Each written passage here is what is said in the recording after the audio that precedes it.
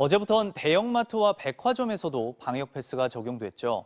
일부 고령층이 인증에 어려움을 겪어서 혼선도 빚어졌습니다. 김아영 기자입니다. 서울의 한 대형마트. 방역 패스 도입 첫날 출입구마다 안내 직원이 2명씩 배치돼 QR코드 인증을 안내하며 이용객들이 백신 미접종자인지 아닌지 확인합니다. QR코드나 안심콜 부탁드리겠습니다.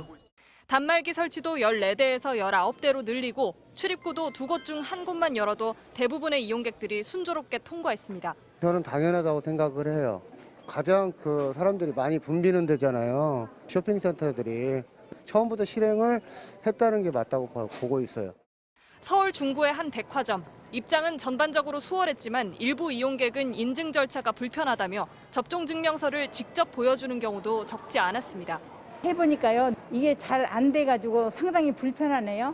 그래서 그 예방접종 맞은 표 그거 가지고 통과했어요. 접종 정보를 갱신하지 않은 어르신들은 직원의 도움을 받아 들어갔습니다. 확인을 해야 되거든요. 네, 확인됐습니다. 대형마트와 백화점은 오는 16일까지 계도 기간이 적용되지만 식당과 카페에서는 어제부터 방역 패스 유효 기간 6개월 적용이 의무화됐습니다. 이 때문에 미접종자나 유효 기간 안에 추가 접종을 받지 않은 사람들은 문 앞에서 발걸음을 돌리기도 했습니다. 저번 주는 좀 계도 기간이어서 괜찮았는데 오늘부터는 조금 돌아가신 분들이 조금 있으시긴 하시거든요, 오셨다가.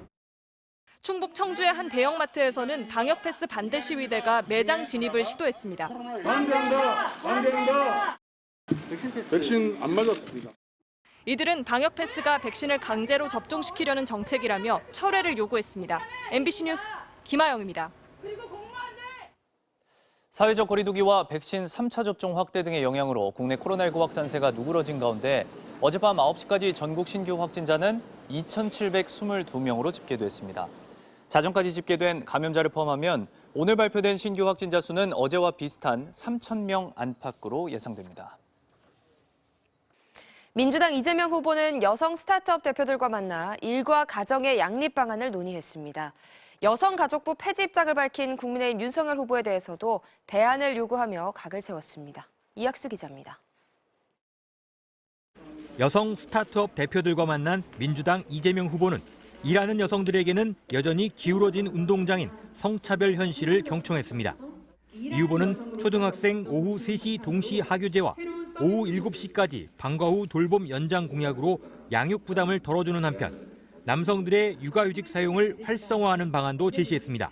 남성이 육아휴직 시간을 안 쓰면 그만큼 손해를 보거든요. 그래서 쓰는 게 훨씬 이익이 되게 이렇게 만들고. 최근 국민의힘 윤석열 후보의 이른바 이대남 공약 행보를 겨냥해선 남녀 간 젠더 갈등은 정치적 목적으로 활용할 일이 아니라 차별을 시정할 문제라고 반박했습니다. 남녀로 갈라볼 문제는 아니고 일반 원칙적으로 차별적 요소는 시정하고 평등적 요소는 강화한다. 윤 후보의 여성가족부 폐지 입장에 대해서도 대안을 제시하라고 각을 세웠습니다. 2030 여성에 앞서 학부모 표심도 공략할 교육 공약도 발표했습니다. 수시 전형을 감시할 대입 공정성위원회를 설치하고 수시 비율이 높은 대학의 정시 수시 비율을 조정하는 한편 사교육 의존도를 높이는 수능 초고난도 문항은 없애겠다고 했습니다. MBC 뉴스 이학수입니다. 더불어민주당 이재명 후보는 오늘 국회에서 신경제 비전 선포식을 개최해 이재명 정부가 실현할 경제와 금융정책 등의 청사진을 제시할 예정입니다. 이후 오후엔 디지털 혁신 대전환위원회 1호 정책을 발표합니다. 국민의힘 윤석열 후보는 서울 성동구의 한 카페에서 신년 기자회견을 열고 윤석열표 국정운영 비전과 새로운 선거 캠페인에 대한 구상을 밝힙니다. 이어 국회로 이동해 과학적인 방역 대책을 모색하기 위한 토론회에 참석할 예정입니다. 회사 돈 약 2천억 원을 횡령한 혐의로 구속된 오스템 임플란트 재무팀장 이모 씨. 경찰이 오늘 이 씨의 아버지 자택에서 금괴 254개를 압수했습니다. 한편 추가 횡령 사실도 드러났습니다. 이유경 기자입니다. 오늘 새벽 경기 파주시의 한 주택 상가. 압수수색을 마친 경찰이 묵직한 파란 상자들을 들고 나옵니다. 상자 안에 든 건 오스템 임플란트 전 재무팀장 이 씨가 구매한 1kg짜리 금괴 254개입니다. 굉장히 무겁습니다. 이게 다 금괴인 건가요? 이게 254개인가요? 받칩니다. 지난해 이 씨는 전체 횡령금 중 680억 원을 금괴 851개를 구매하는 데 사용했습니다. 하지만 지난 5일 경찰이 이 씨를 체포하는 과정에서 확보한 금괴는 501개에 불과했습니다. 경찰은 남은 금괴가 이 씨 가족의 주거지에 있을 것으로 보고 어제 저녁 8시부터 이 씨의 부친과 아내, 동생 집 등 3곳을 압수수색했습니다. 그리고 4시간 반 동안의 수색 결과 이 씨의 부친 자택에서 금괴 254개가 발견됐습니다. 구속된 이 씨의 가족 주거지에서 금괴가 추가로 발견되면서 이 씨가 가족들과 범행을 공모했을 가능성에 무게가 실리고 있습니다. 54개가 전부인가요? 금괴 말고. 아버님은 어디 계신가요? 한편 이 씨의 추가 횡령 사실도 드러났습니다.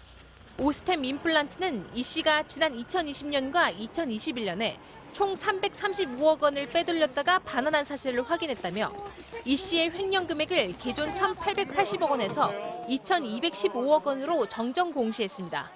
오늘 경찰이 금괴를 추가 압수하면서 이 씨로부터 되찾은 횡령금은 약 900억 원. 하지만 나머지 약 900억 원의 행방은 여전히 묘연한 상태입니다. 경찰은 나머지 횡령금의 행방을 찾는 한편 이 씨의 공범을 파악하는 데 수사에 집중할 계획입니다. MBC 뉴스 유경입니다.